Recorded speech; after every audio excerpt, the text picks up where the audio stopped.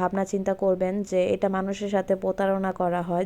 নারায়ণগঞ্জের মধ্যে এমন অনেক রেস্টুরেন্ট আছে যেগুলোর খাবারের রিভিউ দেওয়া হয় ভালো ভালো, কিন্তু খাবার মোটো একটু ভালো না, টেস্ট খুব বাজে হয়, কিন্তু রিভিউ ভালো ভালো দেওয়া হয়। তো তার জন্যই বললাম।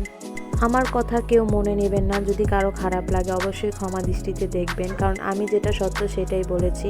আর যারা যারা আমার ভিডিও দেখেন প্লিজ একটু সাপোর্ট করবেন, কারণ আমি বিভিন্ন ব্যস্ততার কারণে পেজে অ্যাক্টিভ থাকতে পারি না, কিন্তু যখনই আমি সময় পাই অবশ্যই আমি আপনাদের সাথে ব্লগ শেয়ার করব। তো এর মধ্যে দেখতেছি এখানে একটা বাচ্চাদের প্লেগ্রাউন্ড ছিল, এই সময় আমি আমার সিমরানকে খুব মিস করছি, কারণ ব্যস্ততার কারণে আজকে ওকে নিয়ে আসতে পারি নাই। তো এখন চলে যাব। আমরা বাসায় আসার পথে এক আঙ্কেলের সাথে দেখা হয়, সে রাতে খাবার খাবে, তো আমাদের কাছে খাবার চাচ্ছিল, তো আমরা খাবার কিনে নিয়ে দিয়ে আসলাম। তো আজকে এ পর্যন্তই, সবাই ভালো থাকবেন, সুস্থ থাকবেন, আল্লাহ হাফেজ। পরবর্তী ভিডিওর জন্য অপেক্ষা করুন।